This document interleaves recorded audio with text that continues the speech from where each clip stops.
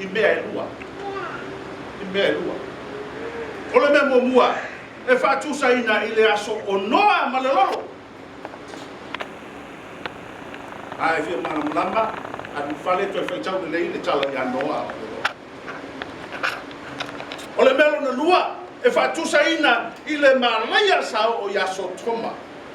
Mako moro I yaso o lota.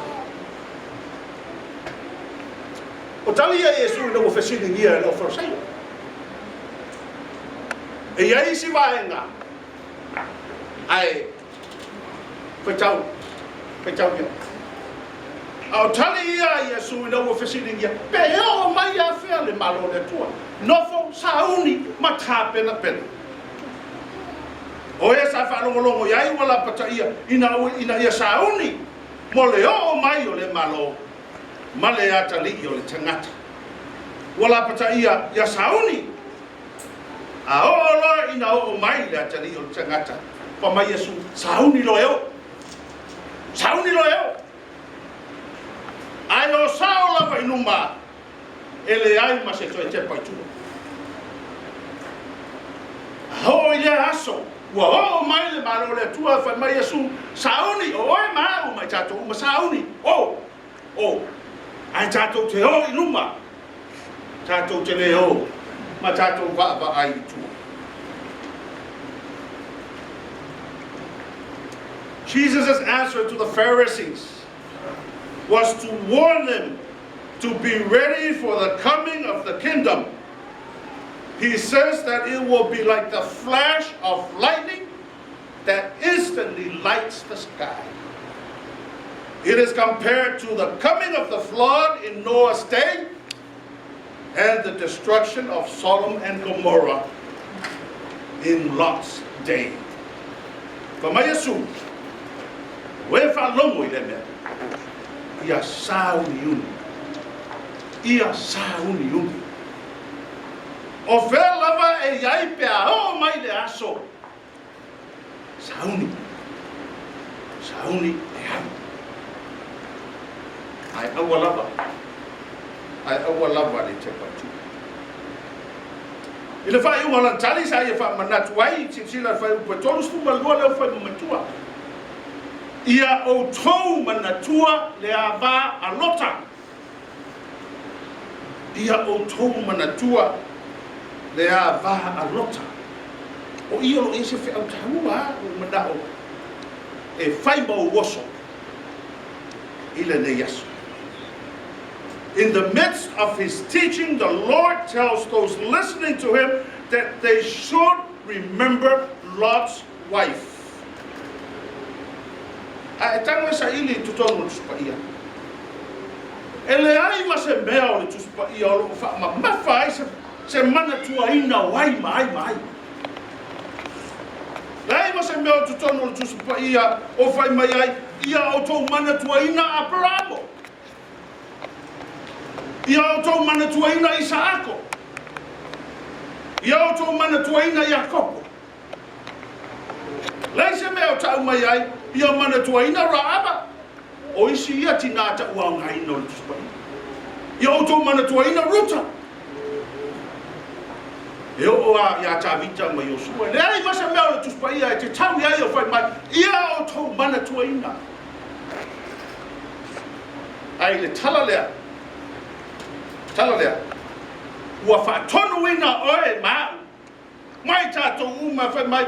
Ia mana tua ina le a wā a lota. Remember Lot's wife. E leo whai mai.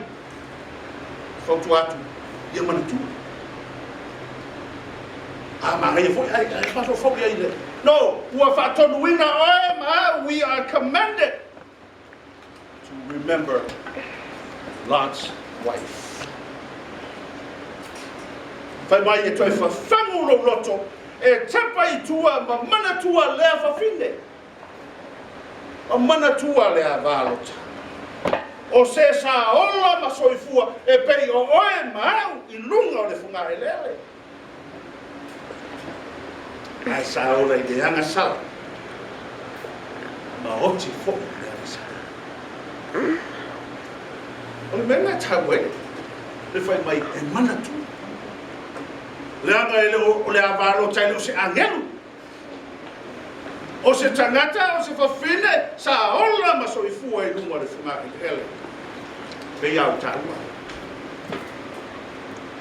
a sa ola I le anga sa hoti fo I le anga sa pe mai mana tua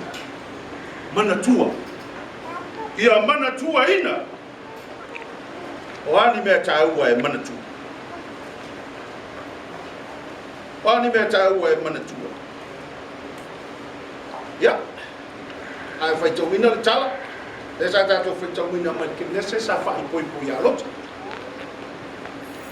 sa nonofo so toma ai le fa umatia ina ia le ai fa tasi malota ma la fa no tine to lua sa fa to wina ina ia tu ua so toma ai o ese fa sa wina ai ona ole afa umatia ina le ai ai tasi ale mea sa fa ye angi aua ete tepa itu ele insta ma tepa itua ma liu tupua masima e mana tua la ya e mana tua ya o le ale me mana o ile tua ina ia mana tua ina le fa fini e o ma u mai tato uma la se fe au e ano ni le soni ya nga tato tia wa ina mai le ava e ta pena e pelo soifua ma lo tato mola fa le nganga au tato yai le o langa momua o se tinasa fa manu ia ina o se tinasa fa manu ia ina she was blessed sa fa manu ia ina o ia awa sa fa ai poipo o ia lota ma ola ila ai ngore ai nga lava to tasi sai lunga fa ele na po au se ai nga sa au na ma tani tonu ile tu she was privileged. She was privileged to be married into the only family on earth that was serving the one true God. She was privileged. Famanu yaina. Ona lea wala sa ia mafai ai, ona ia mata tu wina le ngayo inga o le fatua tua. She saw how faith was working. Ina ua no nofo malota. Asa ye kuma sto ino ape. Sava ai mamoli mawina. Le ngayo inga o le fatua tua. Ale maya lota sa fai mana ba. Sa maya apela amo. Sa ta ua o le wo le tua. O ina sa ia moli mawina ai. Le ngayo inga o le fatua tua. Ma fa manu yanga e maua le tangata. E ola ma le fatua tua. Saya moli mawina le tangata e manuia pe a whaatalitali I le tu. E manuia pe a ola fesili I le tu. Sa vai foi mai moli mawina le mamanu o le tua. She's our God's deity. Saya roina le leila ma le tua ma le mawhaia I le tangata ona feso tai ma le tua. Awasa ia va ia mea ino na to lo lota ma Abraham privilege saya mori mawina ia mea. She certainly knew God and who he was and how one approaches him, yet she never followed through with it.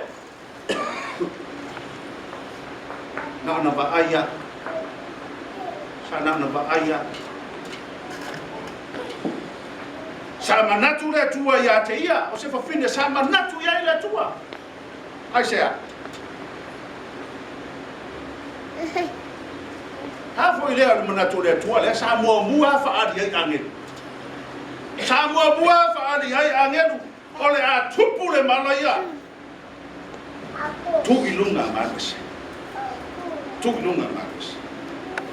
She was aware of the impending doom because God graced her by sending her the angels to warn her.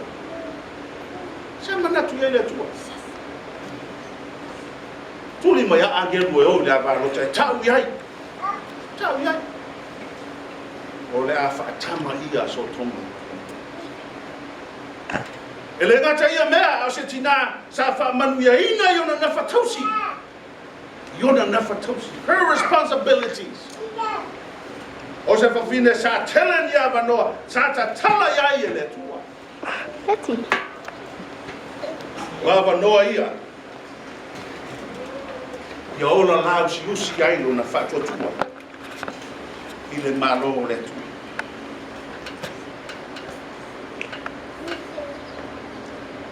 Here is a woman who knew the faith and was given every opportunity to act upon them.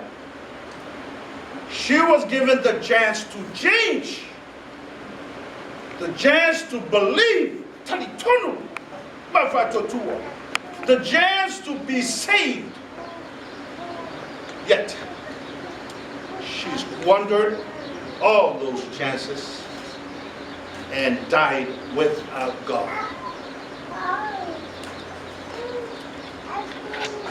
Let me see. I shall not to fight you. I shall not to fight you. I fight when you are here, my young younger. Ola, bye, sweet fool. I shall not to fight. If I'm a young, I fall in the fire, young West. I shall not to fight you. And Jane Order. For 1,000 years, men have wondered why this woman looked back. I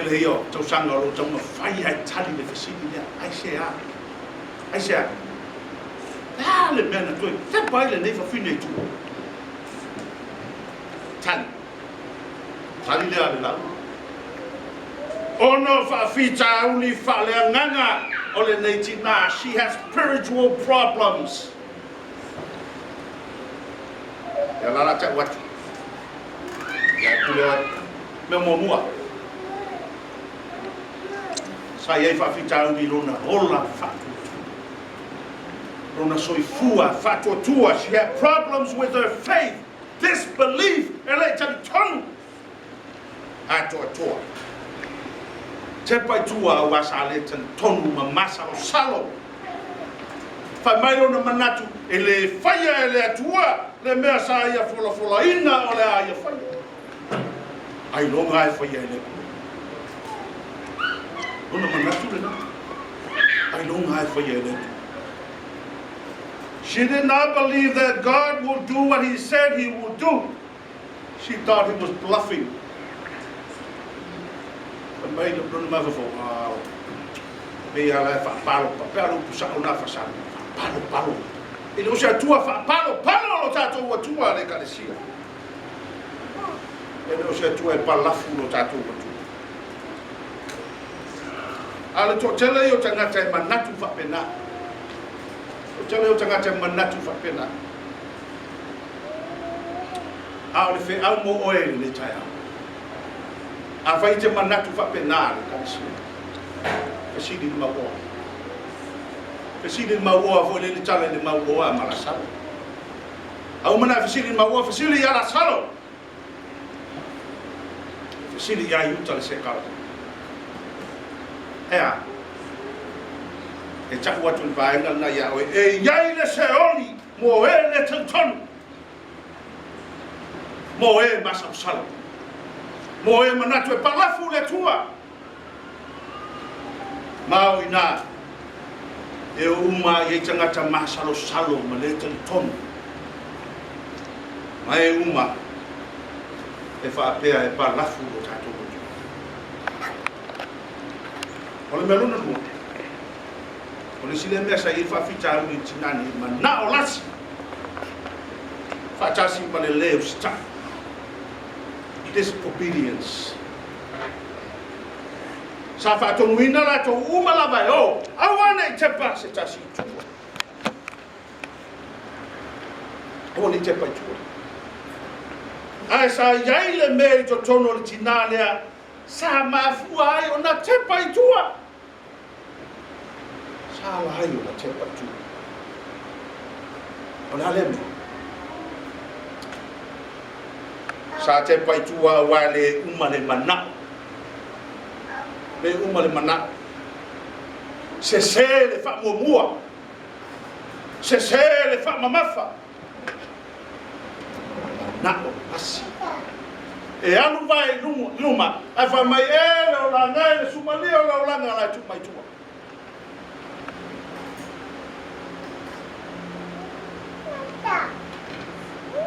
She had her eyes all along on all the wrong things. She looked back at a lost life, a lost lifestyle, and a lost city. E alu vai luma. Ai alu mata male mafofau tua. Ia langa fa pena fo do langa ma soifo. Masani tato e muri ya mata le mea ni vai.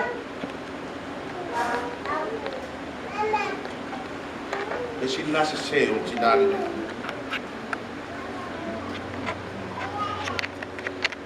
O le mea muri. Se la na fa mua. Her focus. Se la na fa mua. A tonu e to tele sa matuata ni tonu ile nei tina i to tonu o le lato mafutanga i to tonu le ainga malona si o manga sa ola ai a tonu e to tele sa manatu o se tina le lei o se tina fa maoni o se tina fa tuatua tangatana a sa sina fia le lei le tua e le ai le tina le na. She probably had everybody in the family fooled. They probably thought she was saved. Tangata uma banga na le atua. E alu esele tino masotoma a lona loto malona fatua atoa o lotu maua i pe i totono sotoma. Kapena hutato e karisi. Na ruta. Ai foi mai le upotus. O le tangata ya o ina so. O le tangata ya o ina so ai fa ma alo na ua. E fa fo se o na nuti mo moia o ia. Ai le ai a mase fo. Ai a mase fo. O le unga o le tina. O lona whaasalanga whalengan. Lona whaasalanga whalengan.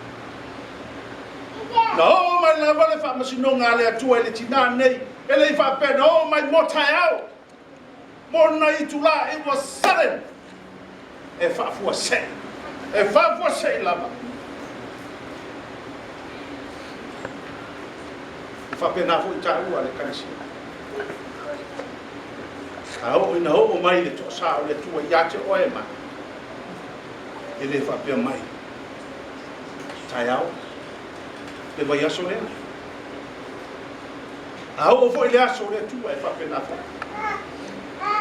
Tupu lava ina tupu. Sudden. Fa fo sei. Tato te no nofo pe le anga sala ma fai le anga sala. Ai le aso. Ele to yese bala au mai salamo. Ele to yese bala au mai na salamo ia. Ai fa fo sei ona ho mai. Awa fa mai le tua. Ele fa vavau ona finau lo wanganga ma le tangata. Ele fa vavau ona finau lo wanganga ma le tangata. Ke lava ta to ta fa fao. Ile malum ai ai time le kasi ai ai o sinalea. Sa liu tu po masima. Sa liu tu po masima. O ma chato que le toi liu tu po masima. Aulo ia ile se oli o fatani. O ia se oli o fatani mai. Mo oe ma chato. Fai chato chele ana fato tu ma tali ton moni ina tu ya e mana mi ona chato to mana tu na tu ne chai au tu au ile avarota ele ino ia to fa mana tu mai me sa tu tupu ile tu na ia fa mana tu mai ia I chato ole olo chato wola e le tu ma ole olo e soifua ma o wola ai e le tu ma wana o se puao o se funga foi o se la au asani wono ko ya tu chato tanga malanga o chato malanga do langa ne o e malanga pepe tofu ai chato malanga tanga na tato malanga la le nei o langa e lei lawa se me sili nai o le talia ina ma taliton ma faa ola ina ya Yesu awa a umalo malanga uma a uma foi lo malanga uma foi tato o taimi tau te feo tia o taimi wa uma ai le malanga na tata malina tata mai lawa le taimi na e fana uma ya se ia o la wele taimi wa afe ai na malanga ina o fa afe ina ia matanga o le laua o uma tatu laua sa ta ua ai le mafuaaga o le nei faamanatu tāua a Iesu mo tāua a matanga o le laua le sa ufoi atu ai o le faamanatu ma le mafuaaga o le tali a Iesu ina ua fesiligia na farasai pe o mai a fele malo le tua ona tali lo Iesu fai mai mana tua le avalo ama nino la ile mele ona e lole o le tali a Iesu o se tali e te tapina pena ai ma o tapina pena ai tupula o le sindi o le so fai mai e le mau le ola o le tala vau e whaatari tali I le tua. E whaatari tali I le tua. E le se sele na me. E matua le se sele na me. Awa e te nei loa, o te nei loa. E aso ma le taimi. E tu tupu ai a mea. Ai le leile o mai. O lo e tu pea. O lo e tu pea. Hamo le satau. Ma tani le tua mo fa mania. Ya. Ya manuia. Le o tolo. Ya manuia le matanga. Ya manuia to fina fo le to sang. Ele se meta ua le tongi. Fa mai le tali a Iesu. Ma ole malo le tua. Ole nawa ina. Ke nawa ina. Ele se malo fa tali sau se tini. Ai fia malama la be e fai de da onas ele mato torbo. Ai ua ya te oe wa ya te ua ya ta tole malo le tua. Ole a fia mai o Iesu Keriso. Ole a mai le na le malo ya te oe. E tani sia. Male malo ya te. Ai fia talia ina la le malo le na. E te le popole ai ile sau ai budi le si malo le fo o lo tonu fato tu ile tu matalia e finangalo o ta petala ya tu le Yesu ya mana tua ya ba ya wia le kadesia wia voti dai la play Tato malo ya mai se fo ole tato tanga ruega de Yesu ono Yesu